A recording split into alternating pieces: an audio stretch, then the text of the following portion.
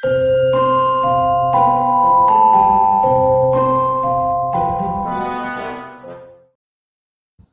there once again. We are back in San Diego for another one of our San Diego Comic-Con prep videos. This time, this is usually one of the biggest videos of the year, which is talking about the convention center. We're going to get into lining up. We're going to talk about wristband procedures. We're going to hit on a number of different topics.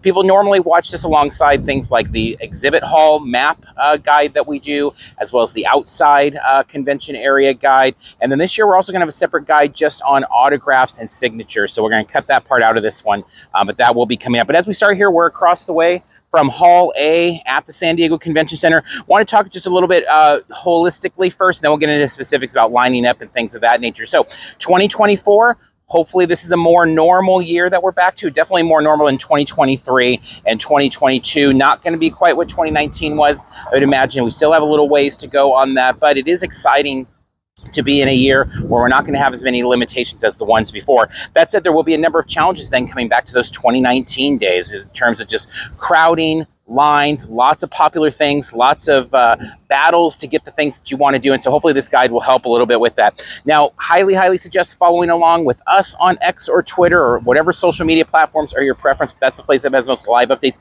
And then, of course, our friends at the San Diego Comic-Con unofficial blog, as well as Outside Comic-Con. They are covering massive chunks of this convention, particularly over at the U blog. They're articles on literally every aspect of the convention, every news item, swag, anything that's been announced. If there's been a press release, if there's been a tweet, if there's been anything about it, they will have it there. So let's talk about some general philosophies. If this is maybe your first Comic-Con, or maybe just some reminders about other Comic-Cons, and I can kind of share where we come from with that. One big thing is the idea of just planning as much as you can, but being very open to the event. This event is so massive. There's so many different entities vying for your attention. It's really nice to have a good plan, but it's also really nice to be okay to deviate from that plan and let it take you in different directions. I know we've shared in the past, Carmel and I have always very extensive plans. We always have 2 or 3 things planned for every minute of the day and the night at San Diego Comic-Con, but we also constantly deviate from it as opportunities come up. You know, last year, the Haunted Mansion screening, it just kind of appeared out of nowhere. We had entirely different plans for that Friday night, and then it changed, and we ended up, you know, on a pedicab doom buggy going through the gas lamp. It was an incredible night. Not anything we were even thinking of as early as, or as late as Thursday, I should say. So try to be open to those things, but do have that plan. Next, make sure you're keeping an eye on social media and networking. The better your group of people, either in real life or on social media, ideally both. Information travels fast at Comic-Con. Opportunities come fast. We always are recommending to try to crowdsource things. There's so many times people ask us specific questions about, like, is the line worth it for, you know, offsite X, you know, and like the way we answer that for ourselves is we go to Twitter/X and we search the hashtag and we look and see, like, what is the swag this thing is giving, or what's this booth doing, what's the procedures, how many do they have of an item, and those things. So really no one can answer it for you, but that networking will help give you that answer. Using social media will help give you that answer. And then remember, time is your biggest currency. It is the main currency. I mean, as much as we all need the money to pay for these hotel rooms, it's a very expensive convention in conventional cash. There's also that opportunity cost. Is everything at Comic-Con is going to take time away. So it may be the most awesome activation. You know, we sat in Hall H for a full day many times, but, you know, it's like incredible panels. And then meanwhile, you're like, what did I miss at this booth? What did I miss at this offsite? So remember, those things, everything's going to have a cost, but as long as you enjoy what you're doing, you don't want to worry too much about that. But it does all have a cost, and keep that in mind. So now let's talk a little bit about lining up. So let's start here with Hall A. Hall A here, for our friends that have ADA access, disability access, this is your spot over here. Hall A, you can access in there. In our exhibit hall floor guide, we kind of go into a little bit more detail about just kind of like some of the past from there and stuff like that from over the years. That is an option on that side. Now, as we talk about everyone else, though, we want to talk about the 2 major lines that people talk about with San Diego Comic-Con. One is Hall H. We'll get to that more towards the end of the video. But the other thing is the everything else line. And the everything else line is exactly that. I think it might be one of the top 3 questions that we get every year is, where do I go to line up for, and then fill in the blank. Where do I go to line up for the Peanuts booth? Where do I go to line up for Ballroom 20? Where do I go to line up for the Todd McFarlane signing? And the answer in the early morning time is always the everything else line. It truly is everything else that's not that Hall H line. That is where you'll go to access anything inside the convention center. Now, in this video, We're going to embed here some video that's going to show you kind of how to navigate this firsthand. Last year, Carmel took the time to take us through the convention center and gather up a bunch of videos. So this year when we did this guide, you could walk through us through an actual San Diego Comic-Con morning. Now, all of this early morning stuff we're talking about, this is all about accessing the exhibit hall, ballroom 20, 6A, whatever we're talking about. It's all about accessing them early. If there's nothing that's like of value to you early in the morning, if you're not worried about the first swag drops, if you're not worried about exclusives, you can just have a breakfast, take your time, wander over at 10 o'clock. The lines will die down. You can go in, tap in pretty much anywhere and be fine. But if you are, and a lot of people, and probably most people watch this video, there are things they want early. They do want to get a good seat for this ballroom 20 panel or so on and so forth. Then that is where the everything else line comes in. So the line will be at the back of the convention center there, and it will snake into Hall G. And I should say with all this, things can change, but I'm basing all of this off of last year's. Everyone was coming in that morning through Hall G. So you would come in and enter through Hall G, and then we would make our way up the escalator.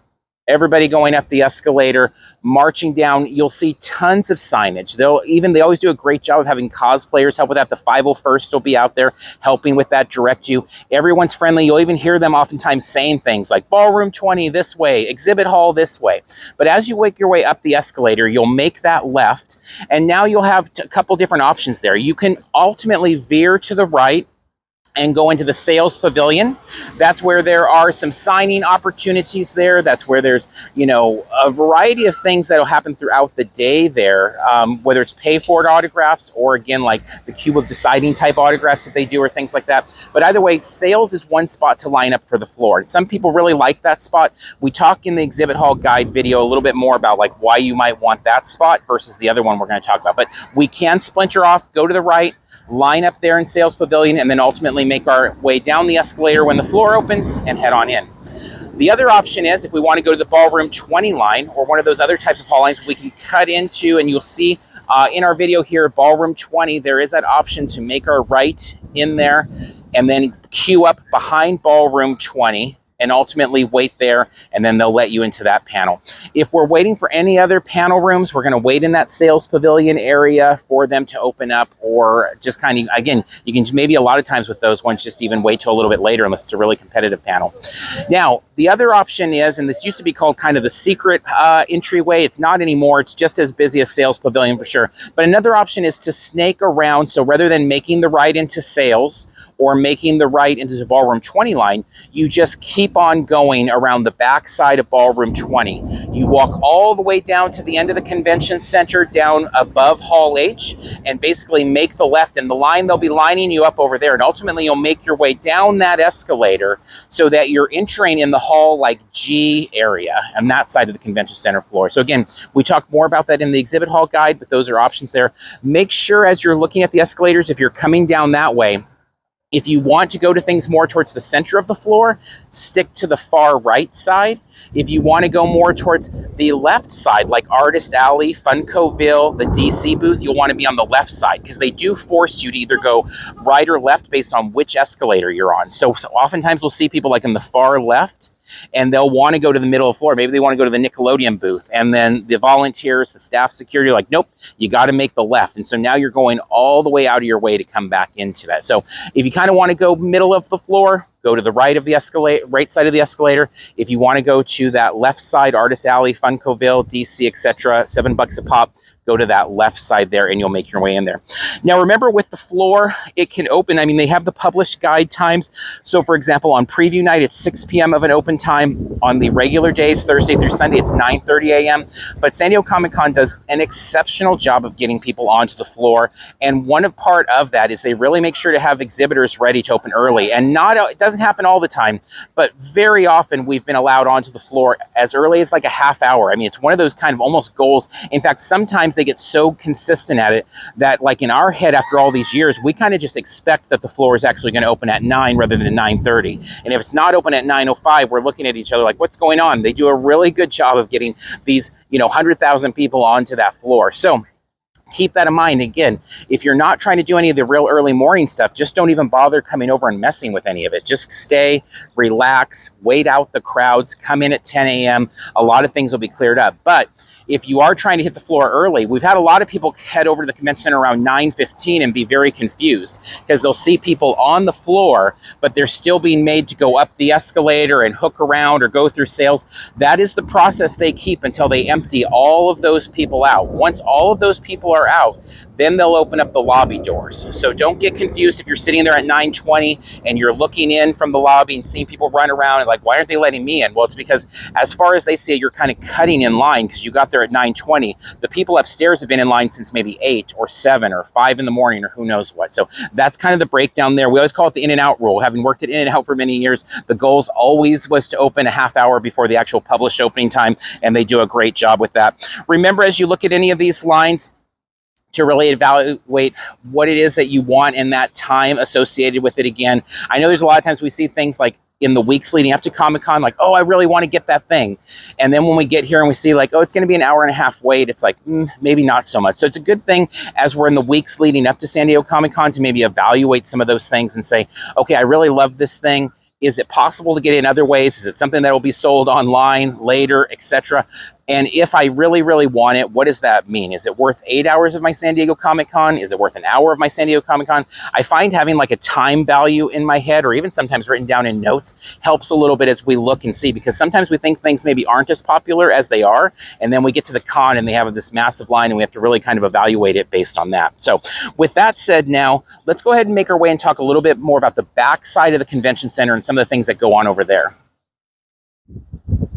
All right, we've moved to the back of the convention center here. We've got the Rady Shell behind me here. We're going to talk a little bit more about the stress of the morning. Then we're going to also talk a little bit about some ways to relieve that stress, maybe in the afternoon on the back of the mezzanine and stuff like that. So first up, let's just talk a little bit about the value of kind of what time to line up. Because again, a very common question, and it does come down to what is your value. As we talked about in the first segment, if there's nothing I even want in the floor, or there's no big panel that I need or seat for the panel, then it doesn't really matter what time I get here.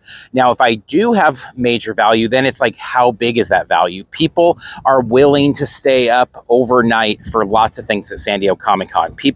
Camping is part of the culture of San Diego Comic-Con. A lot of people come here expecting not to stay in their rooms overnight. Not everybody by any means, but a lot of people do. So you have to always kind of figure that into measuring how much time you're willing to invest into any one thing. So that said, like for us, when it comes to preview night, we're oftentimes looking at that like 3 to 4 range. The floor is supposed to open at 5:30 or 6. So obviously that's not as big of a time investment. There's going to be people there early morning to try to be first onto the floor. But there's also going to be people there that, get there at 7 o'clock. So we feel like 3 to 4 usually serves our purposes. Sometimes we even get there a little bit later. There's been reasons before that we've gotten there after the floor opens, But again, we'll weigh into what we want. Also the same thing for the following morning of how early, always depending on how big of a deal it is to get the thing. If there's something that's going to like ruin your Comic-Con if you don't achieve it, then you've got to be willing to do the maximum amount of time. And again, going online, going to Twitter or X and seeing what people are saying about when they're lining up, monitoring how long those lines are via social media can help a lot. We've monitored many lines on social media while we're having lunch, or even on the drive-in. We don't stay near the convention center during Comic-Con, so as we're driving in the morning, I'm on social media just looking for what people are saying and trying to monitor for soft spot. And there's been so many opportunities that have popped up over the year that were not the plan for the day, but just because as we're driving in, we're looking and people are saying like, wow, look how short this line is. And so highly, highly suggest keeping an eye and kind of crowdsourcing those answers.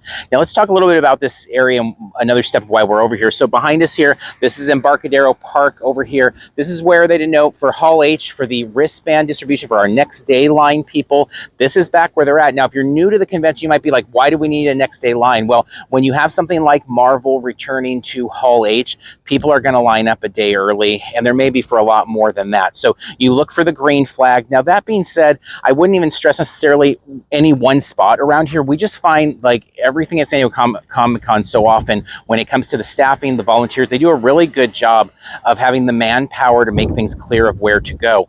When you have a situation, for example, over by the Bayfront, you may see there's a line and you're like, is that for Indigo? Is that for the FX offsite? Is that for Hall H? Is that for everything else? It always seems like there's a volunteer really close by, a staff member, somebody that you can go to and ask them for what the line is and they'll direct you. We really have very rarely, I think the only time we've ever had trouble with like finding a spot in line is things on the floor where things can get more chaotic and they're moving lines around and stuff like that. But when it comes to the outside stuff, especially like next day line, usually pretty easy to find. Again, if you have any doubts, just ask somebody, look for somebody nearby. There'll be someone holding a sign, someone very friendly that will help you out with all those things. So that being said, though, we will talk in a minute a little bit more about kind of how that wristband distribution works and all of those things. But let's also talk a little bit about kind of the convention center itself and just the lineup, because there are those other panels. You might be wanting to line up early for like a 6A or things like that. And so at the back of the convention center there's a number of places beyond just ballroom 20 that you can line up. And it just, again, depends on the popularity. Remember that the rooms always must be measured by what else is in the room. Don't ever just look at the panel you're interested in. Look at what is before and after it, but particularly after it to know. So, for example, going back to the Hall H one of Marvel, if Marvel's at 6 o'clock on a Saturday, it doesn't matter if they're showing like reruns from 90s sitcoms all day long. There's going to be a next day line. There's going to be those people waiting out. And so you have to kind of measure it by that. I know that's something that oftentimes can be missed there. Also, at the back side of the convention center, I want to point out, though, on the kind of rest side of things or the calm side of things, we find that area generally in the middle of the day. Breaks. It's a great spot, like being out here in the beautiful San Diego weather, the cool breeze, all of that. It's really nice to get off of the convention center floor, to get out of even going to a restaurant or something like that, and just come out onto the mezzanine area. And so oftentimes we'll grab food from somewhere, whether it's out in the mezzanine or otherwise, and just sit outside. We do a lot of our podcast recording out there as well. It's just a really nice breakaway. Still, my favorite all-time thing is seeing Stan Lee take a break from the floor. I mean, he was saturated with people, as you can imagine, at San Diego Comic-Con all around him, and seeing that he also was taking a break out there in that mezzanine area. So really nice there. We normally in this part talk more about signings and some of those things. We're going to do that in a separate video, so we'll skip over that here. But we did also want to point out this time is as we're filming this video, I should say, the exclusive portal window has opened, and with it, we're seeing even more joining the portal. Now, it's good and bad with that, and we've talked about it many times over the years. The more that's in the portal, the more it diversifies people's interests, the more it kind of doesn't have everybody just going for Funko, for example, which is a good thing. The challenge with it is much like Fast Pass or Genie Plus or those things at a theme park mobile ordering, is if you're not waiting in line for an exclusive, then what are you doing? You're waiting in line for something else. So we see like activations get more saturated, even food lines, other smaller vendors, which is great for the smaller vendors, but it's just something to be aware of. And it's something also to know that as you look at those panel rooms, when they are softer, when you don't have, for example, last year, a Hall H at all, it means that many more people on the floor. So it's just something to weigh in. So in 2024, as we see more and more companies become part of the portal, whether it be for exclusive signings or even experiences, it does mean that then those people have to go elsewhere. And I think this is particularly important for maybe attendees that haven't been to San Diego Comic-Con in a while. I feel like this year we've had more than ever people reaching out that have said it's their first time, or that it's been 5 years, 10 years, 15 years, 20 years since they've been. And it's something just very different about the show. Not that there aren't a lot of other things different about it as well, but the portal, it does some things that will help, but it also does some things that hinder depending on what your interests are. So it's not as much to do about it as to kind of plan and know that going into it, particularly with softer days in scheduling on Sunday of Hall H or something like that, combining that with people picking up things from portals. It just means that there's going to be that many more people in other places that are not related to those things. So with that, actually, let's dive in deeper into Hall H. All right, so we moved over here to the Hall H line, where there will be tents here for people to queue up all throughout the weekend.